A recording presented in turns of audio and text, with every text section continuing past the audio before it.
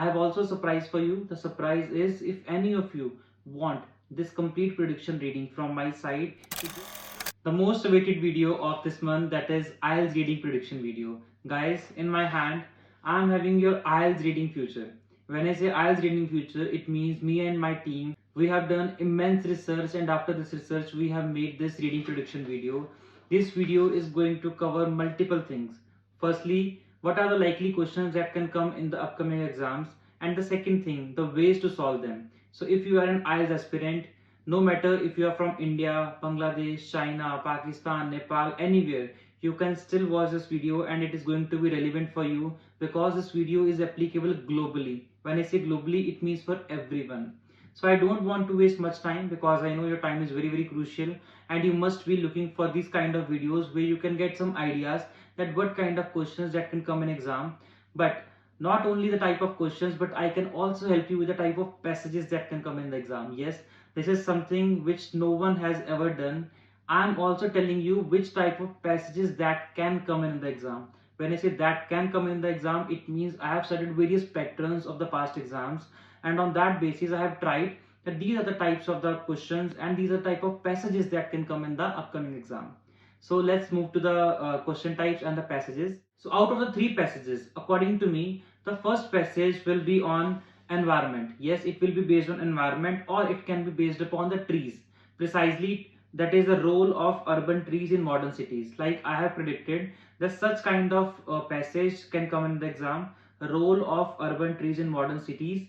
So the question types can be 1 to 6 questions, according to me, will be true, false and not given.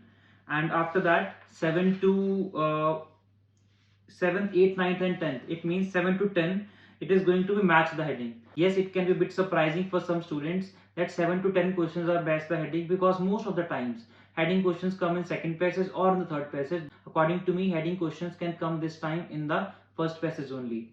Then 11th, 12th and 13th will be fill in the blanks. This is going to be the first passage. In the second passage, it can be e-learning or the classroom learning, but precisely I have made prediction that this is going to be on e-learning, that is online learning platforms. The 14th to 19th will be matching questions, that is summary matching questions. Then 20th, 21st and 22nd, these questions will be fill in the blanks. 24 till 26 will be multiple choice questions. Again, I am repeating in the start, that is 14 till 19, these will be summary matching topics, summary matching questions. Then fill in the blanks till 22nd question, and 24 till 26, these questions will be MCQs. Third passage can be based upon any brain topic or the topic related to psychology. I have predicted the topic will be psychology of decision making. Then decision making, in the question number 27 to 32, it will be yes, no or not given.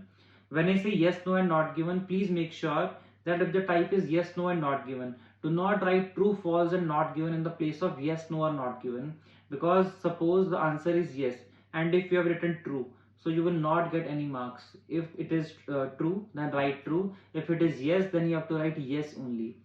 One more tip, please try to write answers in the block letters or capital letters, because sometimes suppose you have written R, so there are many ways to write the R, but if while checking the examiner does not get to know that you have written R or any word, he or she have the complete right to like circle that particular answer, and you will not get that mark. Then question number 33rd till 36 will be MCQs, but I want to make it clear that 35th, 33rd, 34th, 35 and 36, these 4 MCQs might be a bit difficult, but in the second passage, when I told you that there will be MCQs from the question number 24 till 26, it will be a bit easier for you. So you don't have to worry that there are going to be 6 to 7 MCQs. Then next, in the end, there will be 37 to 40 questions, there will be blanks. So this is my prediction. And now going to the more deeper details, how to plan this reading. According to me, if any of you is afraid of doing heading questions, then you can start from the passage number 3rd, or you can also start from passage number 2nd. See, planning is purely subjective basis. I cannot tell you to do the planning of particular type this way or you should do true false not given first, or you should do blanks first, because planning purely depends on you only. If there is true false and not given, make sure while doing true false and not given, there will be certain words in the questions, that is some, most, many, all, few, only, rather, despite, all. These kind of words can be tricky for you, so make sure to read the question very carefully, because in case you do not read these particular words carefully, there are chances that this can be a bit tricky for you. Then next, question number 7 to 12, my suggestion how to do list of headings. Whenever you're doing list of headings, make sure to see the three things only. What will be the three things in your particular passage, that is in your particular comprehension, that is comprehension A, B, C or D? Try to find three types of the word. One will be concluding word, such as a result, therefore, consequence, in short, to be precise, this, these, as an outcome. Or try to find the contradictory words, that is on the other hand, oppositely, on the contrary, in the stark contrast, while, whereas, although, though. Or expressions, definitely, certainly, perhaps, irrefutably. So these kind of words will surely help you in getting the summary of that particular comprehension. Then the next, in the second passage, then sorry, fill in the blanks. My suggestion, before attempting to do the fill in the blank, try to translate that question in your mind, and after that, just tell your mind that examiner is asking this particular thing from me. Only then go back to the location and write your answer. And also see that if the question asks one word only, two word only, or three word only, because sometimes in the blanks types, examiner has asked you that you have to write about one word, or your answer should be in one word only, but sometimes you guys write two words, so you lose your marks. In the second passage, summary matching question, my suggestion, before attempting this summary matching question, or before going to the passage, read all the questions very carefully. Make that crux in your mind. Try to paraphrase each and every question in your simple language. Only then go to the paragraph and start matching those questions.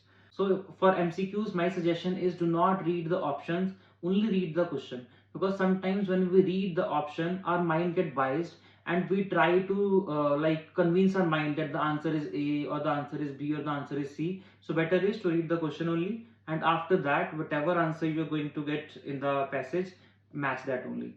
In the third passage, starting will be from yes, no, not given. Strategy again very simple. Focus on the small words, most, many, few, all, only, a lot. MCQs, same strategy, read the question and fill in the blanks. If any of you want any depth video on any particular type, you can just check. I have made a lot of videos on the other particular types, that is true false not given. There is a complete video of true false not given. There is a complete video of summary matching question, or the list of headings types. Do not waste your time, start preparing. I have also a surprise for you. The surprise is, if any of you want this complete prediction reading from my side, you just have to comment sample, then I will help you in getting that sample type of this reading, so you can solve at your home. And if the luck is on your side, you might get most of the questions similar or same in your exam. So thank you so much for watching this video till end. So I hope this video will be very helpful for you, and in the exam you are going to get a very good score. Thank you.